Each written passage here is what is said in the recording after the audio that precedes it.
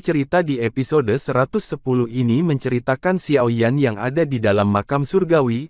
Lampu-lampu seperti lampu listrik melayang di atas tanah berkabut. Sekilas sepertinya seluruh dunia tertutupi oleh keheningan yang mematikan, bahkan tidak ada kekuatan hidup sekecil apapun yang hadir. Keheningan yang mati ini tetap untuk periode waktu yang tidak diketahui. Tiba-tiba suara angin deras yang rendah dan dalam muncul dan teriakan rendah tercampur di dalamnya. Suara itu mengikuti kabut dan menembusnya. Mata Xiaoyan mengikuti arah dari mana suara itu berasal dan melihat dua sosok buram. Hanya setelah diperiksa lebih dekat seseorang akan menemukan 10 tokoh ilusi di sekitar kedua orang itu. Sosok-sosok ini memiliki rongga mata kosong yang melayang-layang. Meskipun tidak ada mata, namun kecepatan dan kekuatan tokoh energi ini tidak melemah sedikit pun.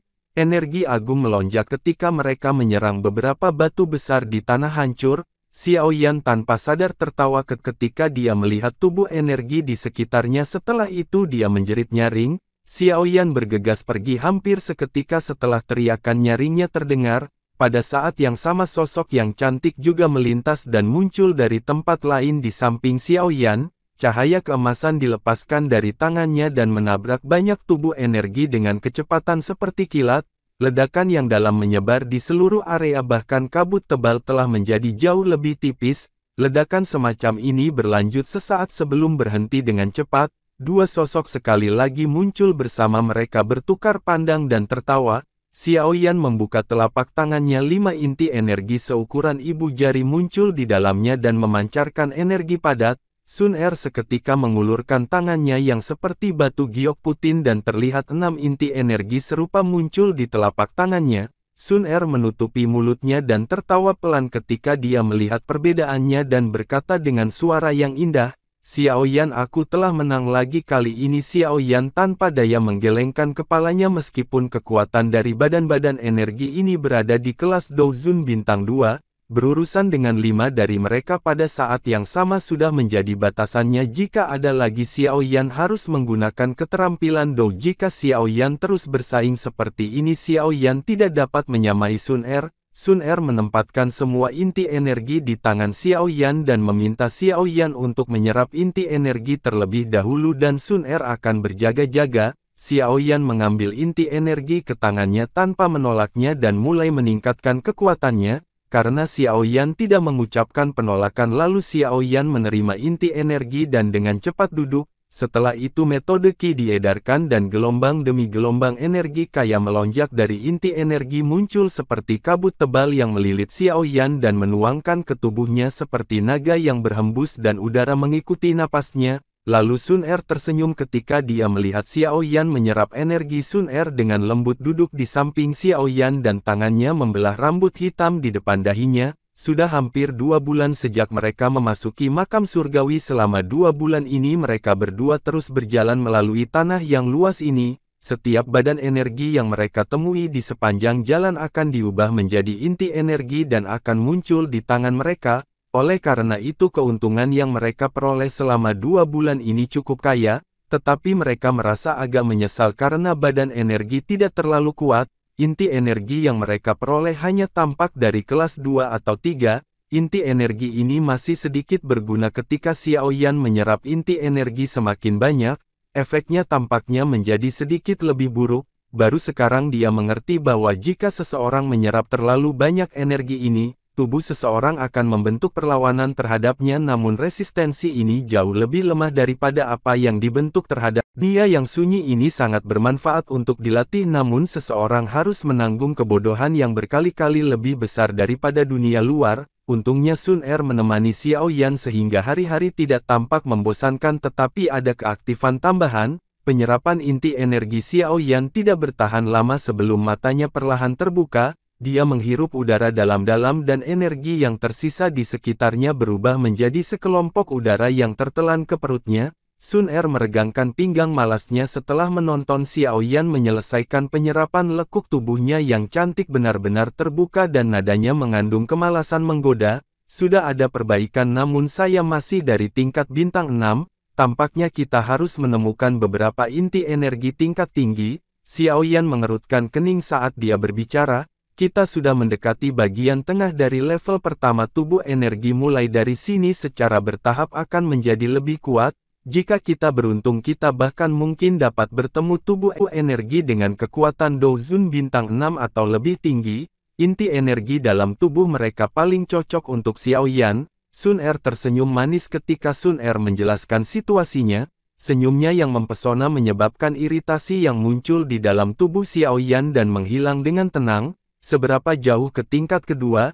Jika kita ingin masuk ke tingkat 2 maka akan memakan waktu sebulan atau lebih, karena makam surgawi memiliki 3 tingkatan. Jadi tingkat pertama adalah tingkat yang paling luas di makam surgawi, dan 2 level berikutnya sedikit lebih baik namun, bahayanya juga akan meningkat. Sun Er menjawab pertanyaan dari Xiaoyan. Xiaoyan mengangguk dan berdiri lalu Xiaoyan melihat ke cakrawala dan tersenyum ketika berkata, kalau begitu mari kita lanjutkan perjalanan ini. Saya ingin tahu seperti apa orang-orang itu sekarang. Mereka yang bisa memasuki makam surgawi adalah individu yang sangat kuat di dalam klan. Mereka juga memahami makam surgawi dengan cukup baik, kecuali jika mereka memprovokasi seseorang yang sangat kuat. Selain itu keberadaan yang telah mencapai tingkat itu jarang akan ditemukan di tingkat pertama. Xiaoyan mengangguk. Setelah itu Xiaoyan melambaikan tangannya yang besar maju selangkah dan dengan cepat menuju ke bagian terdalam dari makam surgawi. Sun Er tersenyum dan mengikuti di belakangnya. Meskipun dunia ini membosankan, tempat kusam manapun akan menjadi sangat hangat ketika dia bisa bersama Xiaoyan. Makam surgawi yang luas dipenuhi dengan kabut energi yang tebal. Di bawah tekanan energi ini, apapun yang terbang akan merasakan tubuh mereka tumbuh seberat gunung. Seseorang akan merasa sangat lelah setelah terbang untuk waktu yang singkat, namun dengan demikian makam surgawi muncul tanpa akhir. Dunia di makam surgawi sangat sunyi dan tidak menarik, namun tidak ada orang biasa-biasa saja yang bisa memasuki tempat misterius ini. Orang-orang yang bisa masuk dari banyak jenius dalam klan mereka, tidak hanya mereka yang memiliki kekuatan yang kuat, bahkan karakter mereka juga tidak jelas. Meskipun kebodohan ini sedikit menjijikkan bagi mereka, itu masih dalam kemampuan mereka untuk bertahan di bawah kebodohan semacam ini. Tampaknya konsep waktu telah menjadi jauh lebih lemah. Oleh karena itu, Xiaoyan dan Sun Er tidak bisa membantu tetapi merasa sedikit terkejut ketika mereka melihat dinding energi di tepi pandangan mereka setelah mereka menghabiskan 4 bulan melintasi makam surgawi yang luas. Apakah ini pintu masuk ke tingkat kedua? Xiaoyan bertanya dengan suara yang sedikit terkejut setelah melihat dinding cahaya energi, yang sepertinya mengalir turun dari tepi langit. Perasaan lelah karena perjalanan menyebar dari Xiaoyan. Rambut hitamnya menjadi sedikit lebih panjang dan wajahnya tampak sedikit lebih tipis, namun matanya yang hitam pekat mengandung kilatan cahaya yang berkelap-kelip. Sejak Xiaoyan dan Sun Er memasuki bagian terdalam dari tingkat pertama, mereka harus menghadapi serangan dari beberapa badan energi yang kuat. Xiaoyan adalah orang yang telah menangani sebagian besar serangan ini karena Xiaoyan hanya bisa menghentikan Sun Er dari campur tangan setelah melihat dia menghancurkan tubuh energi Douzun bintang 6 dengan cara cepat dan sederhana. Tingkat pertama tidak menimbulkan banyak ancaman baginya dan itu tidak akan banyak berpengaruh pada pelatihannya, namun tentu saja berbeda dengan Xiaoyan yang hanya bintang 5 Douzun. Jika Xiaoyan tidak menggunakan keterampilan Dou, maka Xiaoyan akan mendapatkan manfaat dari bertukar pukulan dengan badan energi Douzun bintang 6. Tentu saja ini hanya sementara. Setelah berapa kali mereka bertarung maka Xiaoyan meningkat dan Xiaoyan menjadi akrab dengan tubuh energi ini. Karenanya waktu pertarungan telah berkurang dari selusin pertukaran plus menjadi kurang dari 10 pertukaran. Beberapa badan energi bintang 6 yang lebih lemah ditangani oleh Xiaoyan dalam 3 pertukaran. Xiaoyan, kamu saat ini berada di puncak bintang kelima dan akan segera melakukan terobosan ke tingkat bintang ke-6. Saya sarankan Xiaoyan melakukan terobosan sebelum memasuki level kedua. Kalau tidak, Doqi di dalam tubuh Xiaoyan tidak akan stabil jika penuh. Selain itu level kedua lebih berbahaya daripada level pertama. Seseorang tidak dapat menjamin bahwa tidak akan terjadi apa-apa jika seseorang naik satu level di sana. Sun Er melihat ke tirai cahaya energi besar di kejauhan sebelum memutar kepalanya. Dia tersenyum ketika dia memberi Xiaoyan saran. Xiao Yan ragu-ragu sejenak setelah mendengar kata-kata Sun Er. Setelah itu dia mengangguk, namun setelah berlatih selama 4 bulan di makam surgawi dan menelan ribuan inti energi Douqi dalam tubuh Xiao Yan berada dalam kondisi penuh, Xiao Yan dapat melakukan terobosan ke bintang ke-6 kapan saja, namun aura seseorang akan berakhir tidak stabil ketika naik satu level dan itu tidak akan cocok untuk tinggal di tempat seperti itu. Kemajuan antar level di kelas Douzun membutuhkan terlalu banyak energi, namun energi yang Xiao Yan serap selama 4 bulan ini adalah sesuatu yang Xiao Yan tidak akan bisa dapatkan di dunia luar. Bahkan setelah 1 tahun penuh berlatih,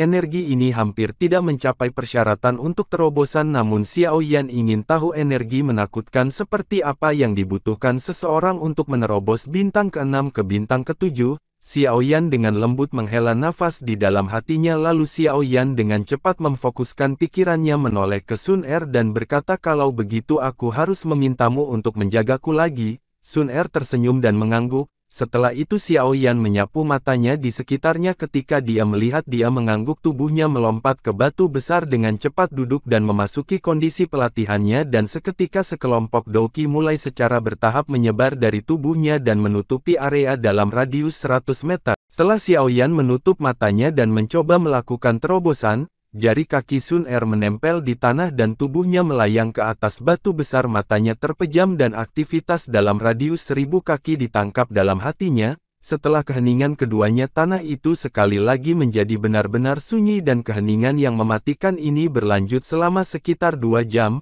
Angin dingin dan gelap tiba-tiba menyerbu ke arah Sun Er di batu besar. Tiba-tiba membuka matanya ketika angin dingin dan gelap ini muncul. Wajahnya sedingin es ketika dia memandang langit di utara dan berbicara dengan suara acuh tak acuh, karena kamu ada di sini, mengapa kamu harus terus bersembunyi? Apakah anggota klan Hun saat ini menjadi mengerikan? Kamu memang layak memiliki garis keturunan ilahi dari klan Gu. Persepsi seperti itu memang patut dipuji. Seketika ruang di kejauhan berfluktuasi setelah suara dingin Sun Er terdengar. Segera 2 sosok berjubah hitam perlahan melangkah di udara dan tiba. Aura gelap dan padat perlahan